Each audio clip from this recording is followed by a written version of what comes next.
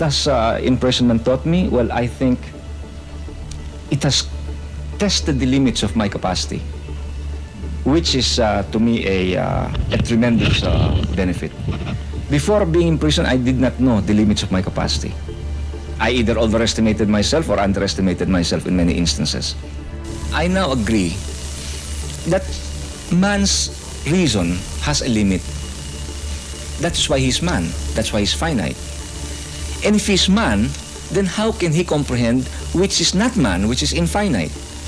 So that if you are finite and limited, you cannot possibly encompass what is unlimited. Man will have to go as far as reason will bring him, but at that point, at that abyss, you take a leap in the dark. It's a matter of fate. In other words, where reason ends, fate begins.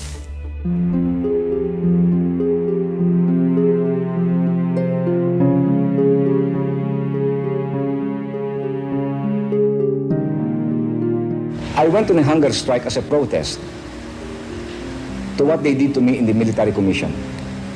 But more than a symbolic protest, I must admit I had a death wish. I wanted to die. But somehow on the 40th day,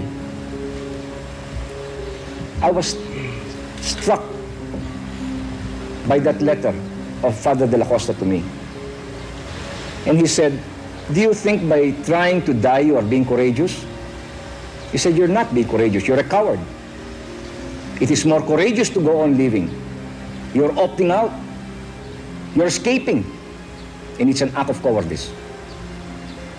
To continue living and to continue fighting."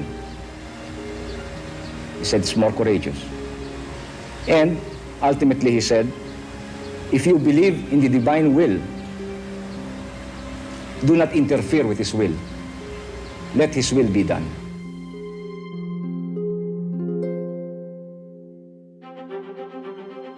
I have been in solitary for 5.5 years, and you don't know, Mr. Nabal, what is to be alone 24 hours a day. Why do you refuse to present evidence in the Beautiful. court? You know, Mr. Marcos is the Commander-in-Chief of the Armed Forces of the Philippines. All of these generals are military officers.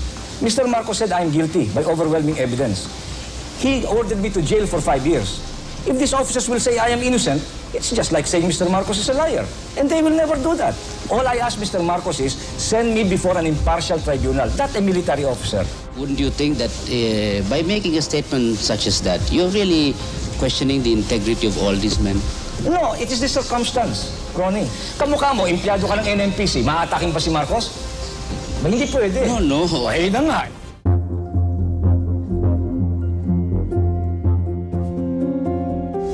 This struggle can only mean victory for all of us. It will mean victory because we are different from those that we oppose. Those that we oppose are happy with the material wealth. But for how long? I have written Mr. Marcos letters upon letters, and I told him, read your history, my friend. I have no hatred for you. I only have pity, because if you do not see and you do not remove the calluses from your eyes, if you do not remove your blinders, you will meet the same fate of all the dictators of history. There has never been a single dictator in history that has lived forever. And so I tell Mr. Marcos, study the lessons of history before it is too late. I am returning to the Philippines because my country is now in crisis. We are in terrible economic crisis, and maybe soon we'll be having a political crisis. I have been away for 3 years in exile, and the time has come, I think, for me to return so that I can help reorganize the opposition in my country. And if Mr. Marcos calls an election in 1984, the opposition will be ready to meet the challenge. I don't know what's the situation on the ground. You have to be very ready with your hand camera, because this action can become very fast. Yes. In a matter of 3-4 minutes, it could be all over, you know. And I may not be able to talk to you again after this. So this is the danger, the big danger. I want to kiss him.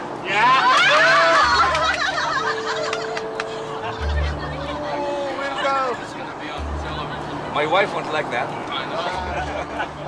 will send my coffee to the stage. Okay, thank you.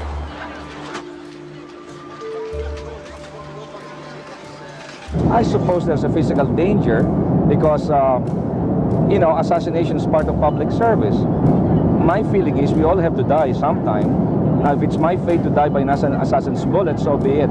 But I cannot be petrified by inaction or fear of assassination and therefore stay in a corner. I have to suffer with my people. I have to lead them because of the responsibility given to me by our people. I think the very fact alone that we can land is victory enough. I have promised to return. I have returned against all odds. So that's good enough for me.